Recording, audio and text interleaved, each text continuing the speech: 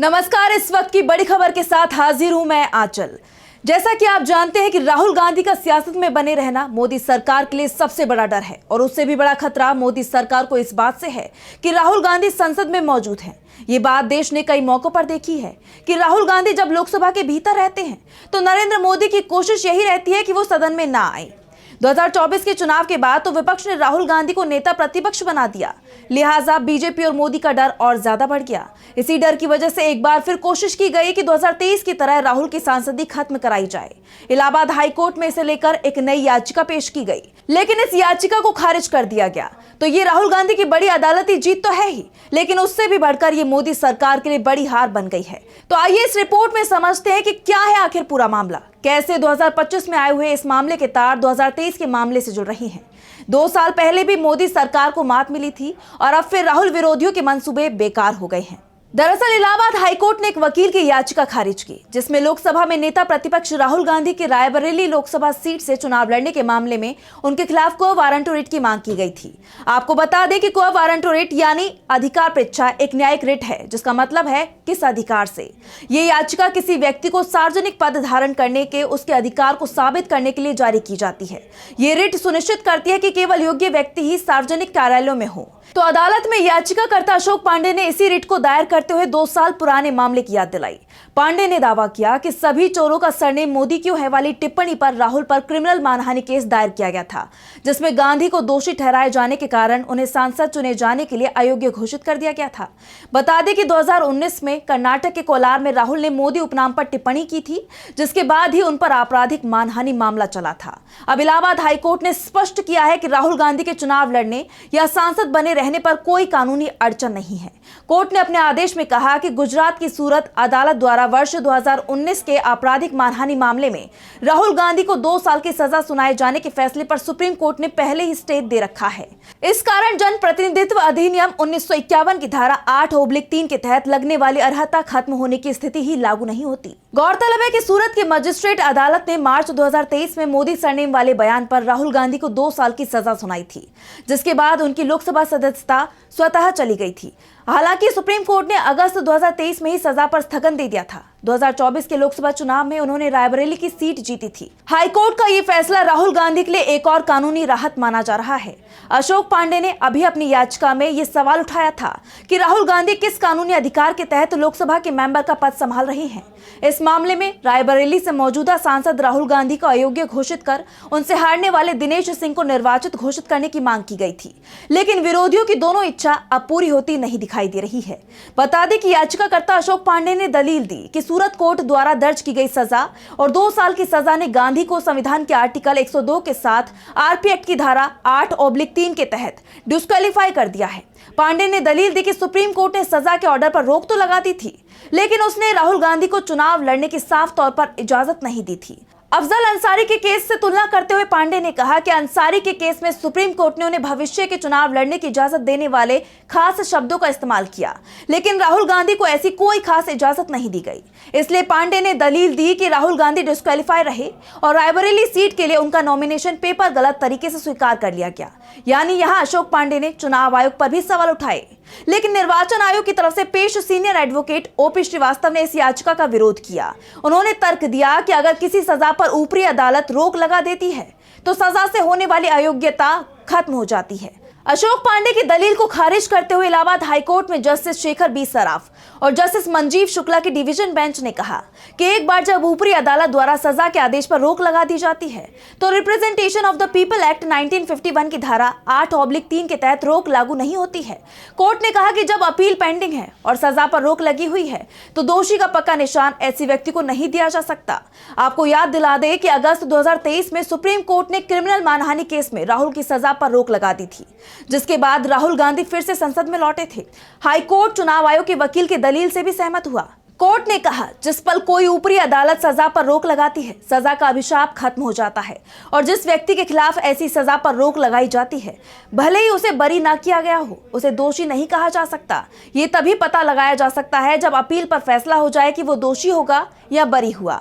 इसके अलावा बेंच ने लिली थॉमस मामले में सुप्रीम कोर्ट के फैसले का भी जिक्र किया, जिसमें यह माना गया कि सजा पर रोक के ऑर्डर की तारीख से डिस्क्वालिफिकेशन लागू नहीं होगी। हाईकोर्ट ने कहा कि रिप्रेजेंटेशन ऑफ पीपल्स एक्ट की धारा 8 के उपधारा 1, 2 या 3 के तहत डिस्क्वालिफिकेशन, कोर्ट की धारा 389 के तहत अपीलेट कोर्ट या कोर्ट की धारा 482 के तहत हाईकोर्ट द्वारा सजा पर रोक के ऑर्डर की तारीख से लागू नहीं होगी।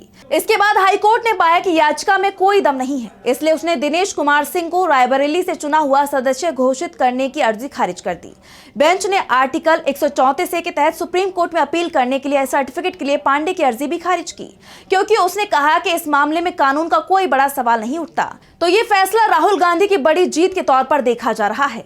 आपको याद दिला दूं कि राहुल गांधी ने मार्च 2023 में अपनी सांसदी छीने जाने पर मोदी सरकार को एक और बड़ी चुनौती देते हुए पोस्ट लिखी थी, जिसमें लिखा था, मैं भारत की आवाज के लिए लड़ रहा हूं, मैं हर कीमत चुकाने को तैयार हूं। और ये पहली बार नहीं है जब राहुल ने ऐसी चुनौती मोदी सरकार को, बीजेपी को या अपने विरोधियों को दी है।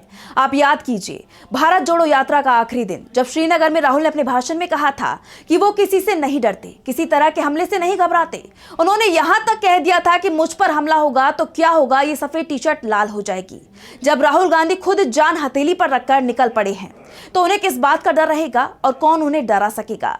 दरअसल 2019 में जब राहुल गांधी को अमेठी से हार मिली थी तो बीजेपी ने इसे अपनी बड़ी जीत मान लिया था, लेकिन वायनाड से राहुल को जीत मिल चुकी थी, इसलिए बीजेपी जीत की खुशी मना नहीं पाई। 2024 में भी राहुल ने वायनाड और रायबरेली से चुनाव लड़ा, जिसमें वो दोनों ही सीट जीते ही।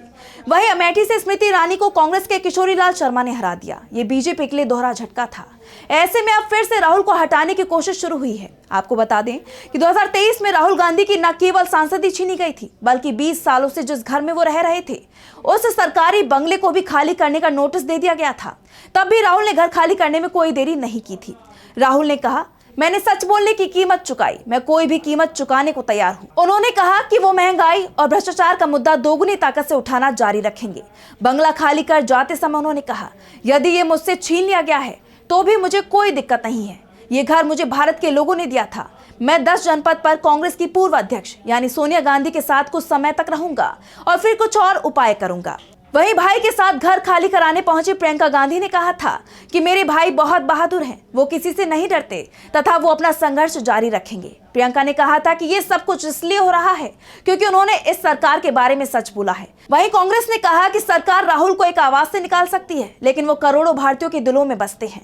और कांग्रेस का ये दावा सच भी निकला, क्योंकि तब बहुत से लोगों ने राहुल को अपने घर आकर रहने का न्योता दिया और कई लोगों ने तो अपना घर राहुल के लिए खाली कर दिया। प्रियंका गांधी का ये कहना है कि यह हकीकत है कि राहुल गांधी इस सरकार के बारे में सच बोलते हैं, इसलिए ये सब हो रहा है। फरवरी 2023 यानी सजा सुनाए जाने से 1 महीने पहले का ये भाषण सुनिए, जिसमें राहुल गांधी ने अडानी और मोदी के रिश्तों पर जमकर हमला बोला था। तमिलनाडु से लेकर केरला, महाराष्ट्र, मध्य प्रदेश, सब जगह एक नाम सब जगह हमें सुनने को मिला, अडानी। ये नाम पूरे हिंदुस्तान में, केरल में, तमिलनाडु में, महाराष्ट्र, कर्नाटका, हिमाचल, कश्मीर, सब जगह Adani Adani Adani Adani Adani.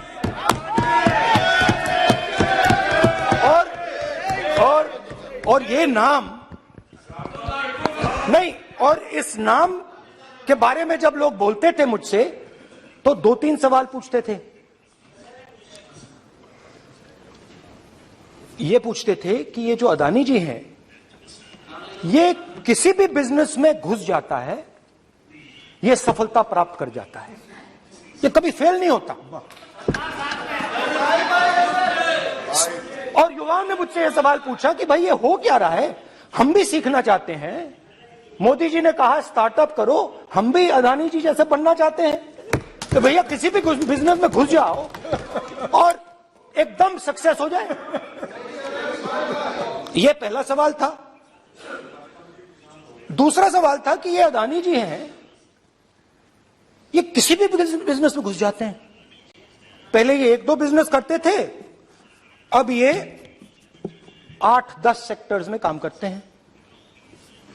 Airports, data centres, cement, solar energy, wind energy, aerospace and defence, consumer finance, renewables, media,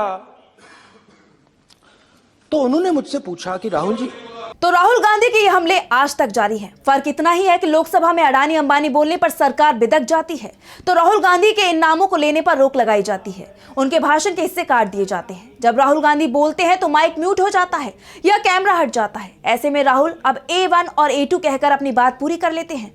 लेकिन अब जनता भी मोदी सरकार का ये सच देख ही रही है। बहरहाल राहुल गांधी की ये बड़ी अदालती जीत मोदी सरकार के बढ़ते डर को दिखा रही है, जो किसी भी हाल में राहुल गांधी से पीछा छुड़ाना चाहती है, लेकिन उसकी ये हसरत पूरी नहीं हो रही है। तो फिलहाल इस बड़ी खबर में बस इतना ही। देखते रहिए DB लाइव। मुझे दीजिए इजाजत। नमस्कार।